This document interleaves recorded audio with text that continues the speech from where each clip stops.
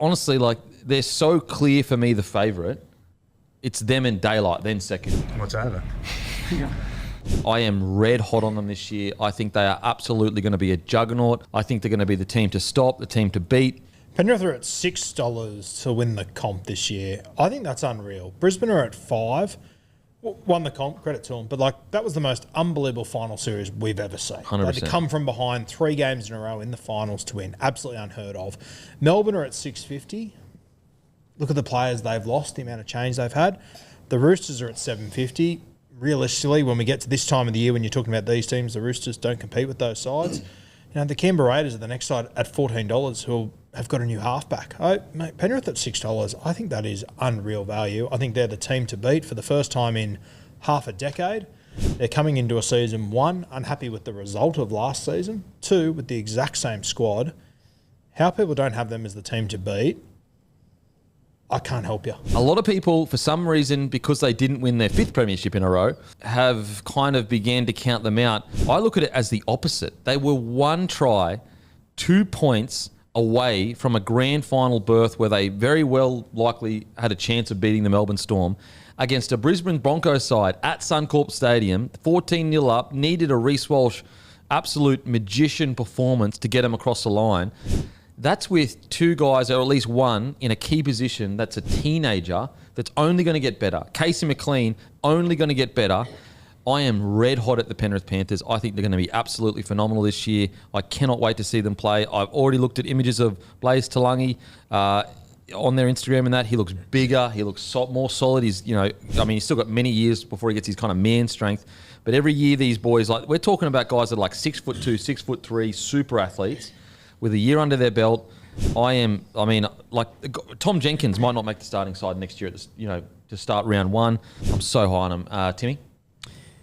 Yeah, I'm with you, boys. I think the Brisbane Broncos were the best team in 2025. Obviously, they won the comp. I think, and it's completely subjective, but coming into this season, I think Penrith are the best team in the comp. For all those reasons, they haven't lost basically a top 17 player. Brad Schneider played a bit off the bench, but they haven't lost anything. As I said, we know how close they came to another grand final after making finals from the impossible position. They had, for the first time in a long time, injuries last year that hurt them pretty hard, but assuming they come in with a pretty well clean slate, a clean bill of health, I think they're absolutely the team to beat. And you mentioned Blaze Talangi there, who full season at 5'8", put on a bit of weight, combination with Cleary. Yeah, how do you knock them? And, not to single him out, but it was the rookie edge, those two, that last try was scored on. And again, it's not just their fault. What I'm saying is those guys are going to be a better version of themselves this year. Imagine the level that they're going to go to with those guys being better and the same 17. Nathan Cleary, chip on his shoulder now. Multiple chips on his shoulder. Didn't go into a grand final. Origin stuff going on. The Australian trip, he's already publicly come out and said he probably wasn't happy with the way he played overseas. Obviously, he was stoked to get the win, and that's the most important thing. And the other thing, it's you look at it, a lot of sort of dynasties that end or period eras of dominance from teams, it doesn't have to be 4 competitions, but more often than not, they end A, because they lose players, which is natural, and B, just because of ageing rosters, and eventually you sort of run out of steam and they lose their shine.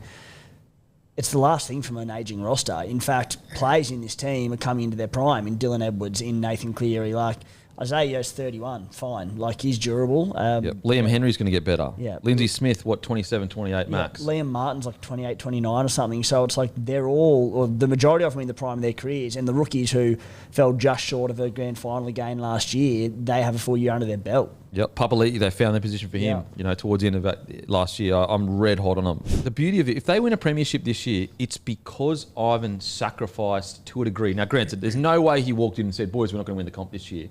But I think there's a little voice in the back of his head that said, you know what, little bit of pain 2025 to go again in 2026 with Blaze and Casey McLean having a full year under their belt. Honestly, they're so clear for me the favourite. It's them and Daylight, then second, in regard to, only because the Broncos, the footy they played towards the end of the year was some of the most enjoyable I've ever watched. I've never seen anything like that in a final series. But they were a couple of games from not even making the top 4. You know, we have to remember where their season came from. Whereas the Penrith Panthers, granted, yes, they had that first start of the year where they were really slow, but they've got 5 more years in front of that show that they know what to do to be in the good position to win a premiership.